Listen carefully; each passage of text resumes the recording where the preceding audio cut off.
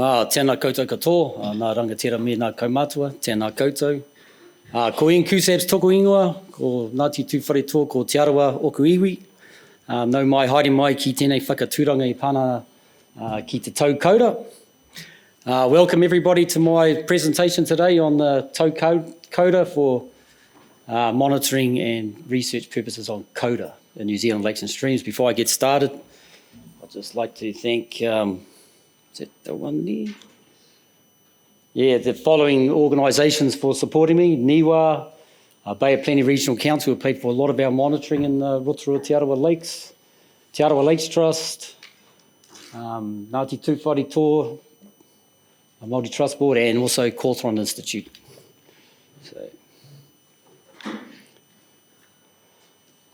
So historically, kaura were very important to Māori, particularly in the central North Islands, because there were no or very few tuna in those lakes. So they pretty much had all the lakes to themselves. So there was incredible numbers of kauda in there. I think everyone knows we're talking about here, the Rōpū Te Arawa Lakes. But today they're considered a delicacy and a taonga species. But there's a lot of anecdotal evidence that the numbers just what they were pre-European days. And this has been attributed to the introduction of aquatic weeds, such as Catherine there mentioned this morning, hornwort, particularly bad, introduced fish, such as rainbow trout, now over here, and then degradation of water quality, and there's a blue-green algal bloom in Lake Rotaehu. So all those things, there's sort of multiple stresses affecting kauda populations in our lakes. And about 2005, I was contracted by Niwa to look into kauda populations into Rōpū Te Arawa Lakes. And the first part of that research was finding out the best method to monitor kauda. And we sort of came across this traditional tau kauda method. And here's a paper by Te Rangihiro in 1921. And those are the Te Arawa Māori Trust Board members at that time, Ty Mitchell and those guys, showing them how to use a tau kauda in Lake Rotorua. And the map on the far side shows all the tau kauda fishing grounds. There are over 500 designated tau kauda fishing grounds in Lake Rotorua. And it was basically one big, massive kauda hatchery farm, really. So here's some old video we've got from the 1920s, and we've got no sound on that one. So that's in Okawa Bay in Lake Rotiti.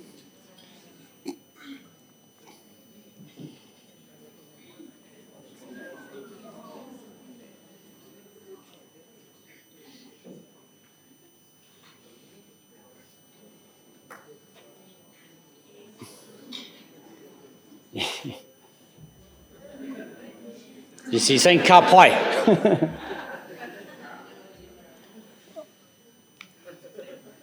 So, yeah, the kauda are really plentiful. There's no more kauda like that in Okawa Bay because the whole bay now is full of aquatic weeds. So there's no habitat for them.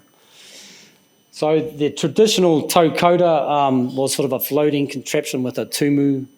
I'm going to go back there. Yeah, we'll go back to this one. Yeah, with a tumu or post and then a line with a float and these bracken fern bundles that sit on the lake bed. So when they were the fishermen and then when they were transporting logs and stuff across the lakes to the mills, obviously they had to pull out the tau kauda post because they interfered with navigation. So they got booted out. So, but there was a couple of whānau, mainly at Ngāti Pikiau and around Rotaiti, and there's Mātua Willie Emery, who's passed now, and he kept this tradition alive. And basically the modern day tau kauda is a sunken one, so it's not on the lake bed anymore. So there's your weed bed, and then we come down, and there's these bunches of bracken fern that lay on the lake bed, and the kauda colonised them. So along the bottom here, we're out there collecting bracken, and we get about 10 fronds, put them together with cable ties, and you get this like ice cream shape, and then we take them out on the boat. But yeah, when you're doing 30 whakaweku or bracken fern bundles, you need a bigger boat than that one, so we've got another one. And here's some video we took with on Peel's program, Tangaroa, some underwater footage at Lake Tūwharetoa. And as you can see, that bottom is just sand and sediment. There's no cover, so the koura just love to go into that cover. And you can sort of see them just sort of hanging on to that fern. But once it hits the air, just like a crab or crayfish in the sea, they'll start jumping off. So that's Willie pulling in the toe. What is that thing? So you see them here?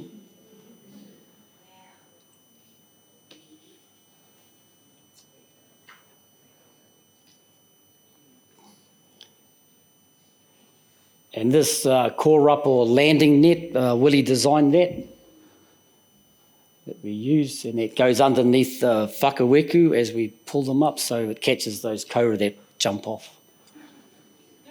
How do I get rid of that little red thing? That's hand. Oh, don't know. So that whakaweku had been in Lake Tūwharetoa for 2 years. That's how long they last. Their usefulness sort of depends on the water quality. So if it's more paru and it's warm, they break down quicker, decompose. If it's a nice and clean and ligotrophic lake like that, they last for a while. So yeah. And then it goes back into the lake and you pick it up next time. So here's some of the catches we'll get. And the really neat thing about this method is it catches an unbiased sex ratio of pretty much 50-50, females and males. If you use traps and hinakis and nets and that, you will usually catch the aggressive big males. So you don't know what the real population's like. It also samples a real wide size range of koura, so we get these little ones like that. They're just almost straight off the mother, up to the big ones over here. And so I'm just going to give you a bit of a lesson today.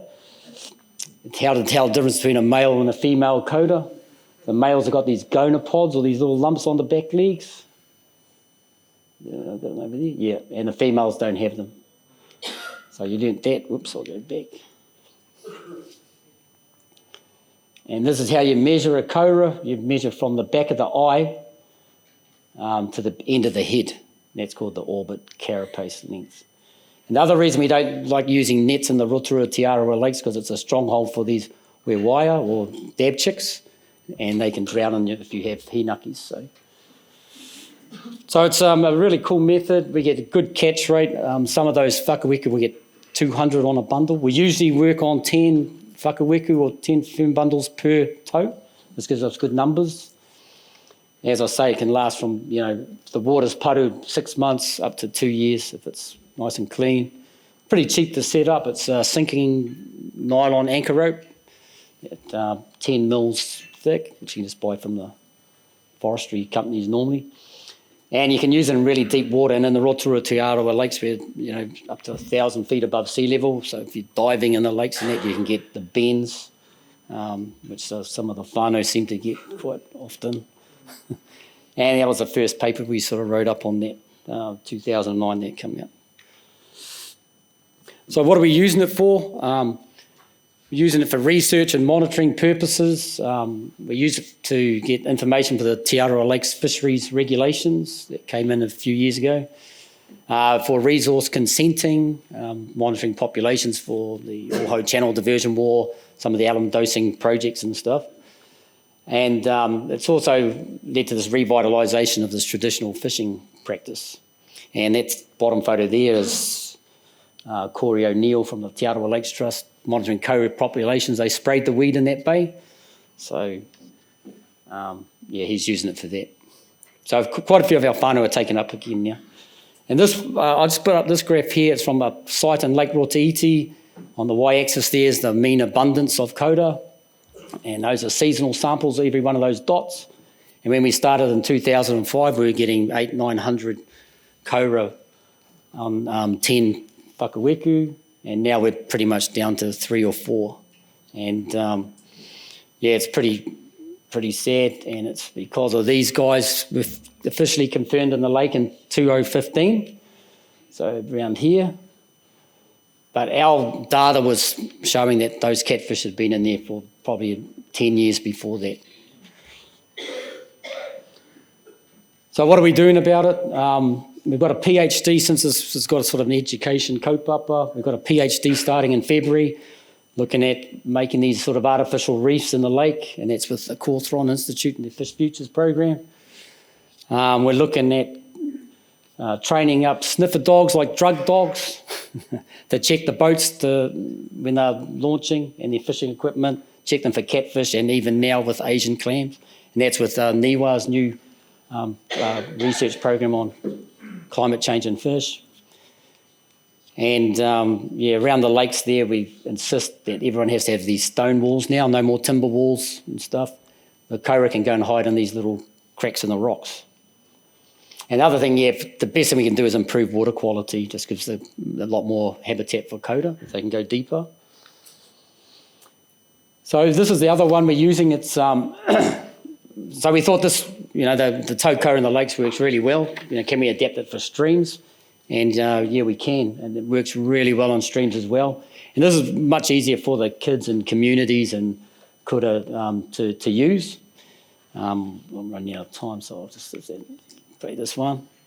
So basically it's just a single fern bundle in the stream. You can put it on a waratah, or you can just tie it to the bank or a tree or something.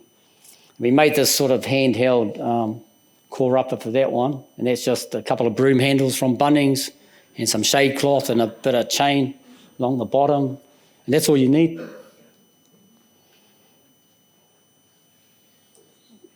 So hurry up.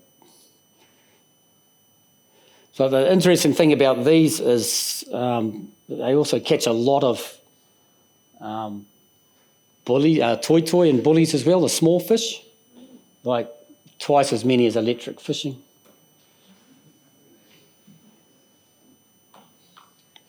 So that one's a bit hard to see.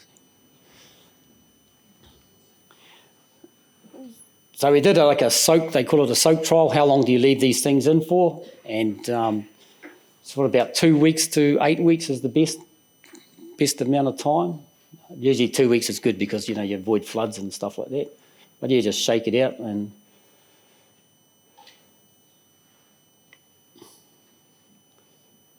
we're just sort of writing up a study now looking at the macroinvertebrates, or the snails and small stream insects as well, because it's a really good way of monitoring those as well while you're at it.